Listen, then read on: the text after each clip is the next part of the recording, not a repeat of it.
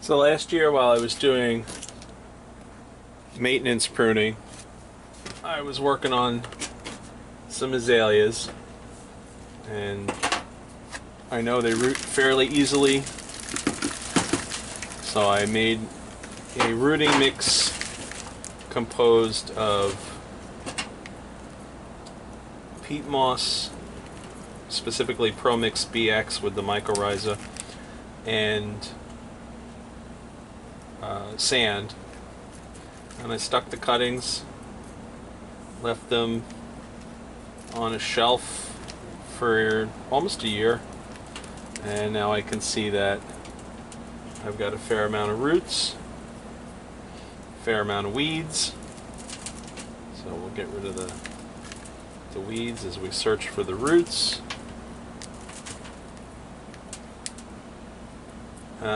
The other thing I keep an eye out for are any root infestations. I'm always battling ants, and they are known to plant aphids, scale, root mealybugs, and since you can't see what's going on, you don't know they're there until you start to do your repots.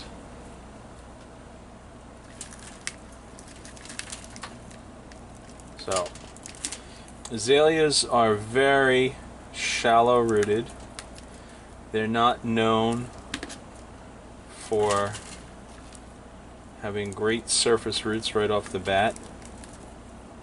So what you're going to do is learn what keeps azaleas alive.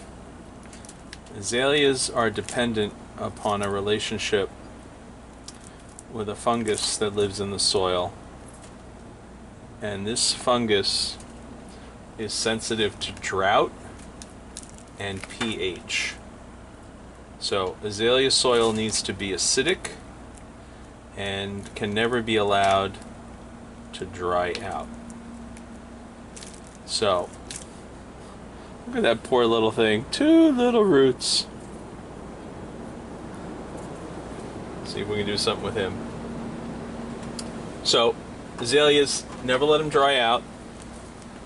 Soil needs to be acidic, which is why I use a peat-based mix. And then in order to keep this fungus happy, it needs something to eat. So what I do is I provide the organic soil. So the soil has compost and cow manure, and it's based on peat moss. The pH tends to be a little bit on the neutral side, so you can acidify it with any of those organic acidifiers.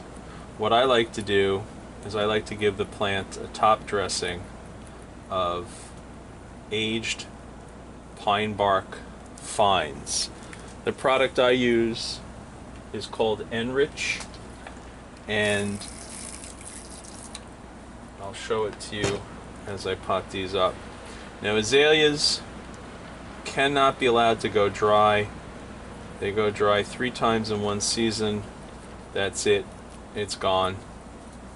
So you really want to err on the side of overpotting. Now, how much overpotting you want to do, I don't know. This seems like serious overkill to me, so I doubt that I'll be using that one. This will get me through probably the entire year, as long as I'm diligent and remember to water them on a regular basis. My peat-based mix. Make a little bit of mound. Let's line these up, because I know I'm going to forget them. Nothing more annoying than misplacing a tree.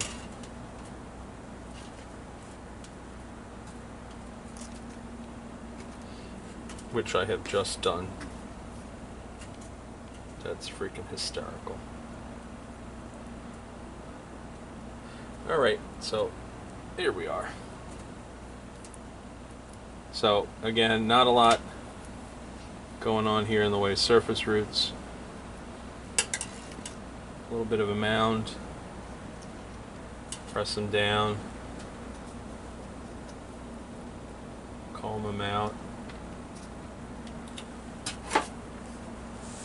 Azalea roots don't really want to be buried with soil, so, and you really don't want to aerate them. So if you see any gardeners out there burying azalea roots with garden soil or taking a cultivator to them, the azaleas are going to suffer. What you want to do is you want to put a layer of pine bark. Oak leaves work too. And this is aged pine bark fines and occasional not so fine. And what you want to do is put a layer of this on top of the roots so that the fungus can feed. This will help conserve moisture. Will also help suppress weeds. And I'm not sure if pine bark is especially acidic, but I can always check the pH, and if it's not acidic enough, I can add one of those organic acidifiers. The ProMix BX, I believe, has a touch of lime in it, so they kind of neutralize the pH. But that's what I'm going to do. So I'm going to do one or two more, and you guys can watch and be bored, because I don't know if I have anything else to say about keeping azaleas healthy. Well, actually I do. Azaleas, believe it or not, are not shade-loving plants.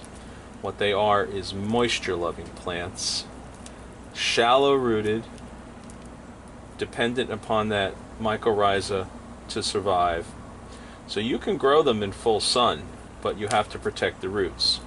So if you want to grow your azalea in full sun, I would recommend you use the pine bark fines. I prefer that to the clunky nuggets, and mostly because I don't want to say this is pre-digested, but it's broken down.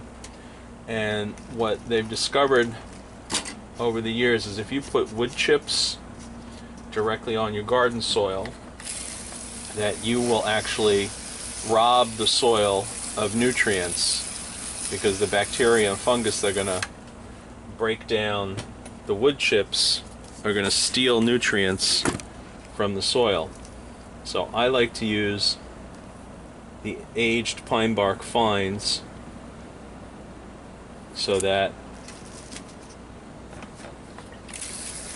I feel that the fungus can feed on them easier and faster and not have to rob nutrients from the soil to break down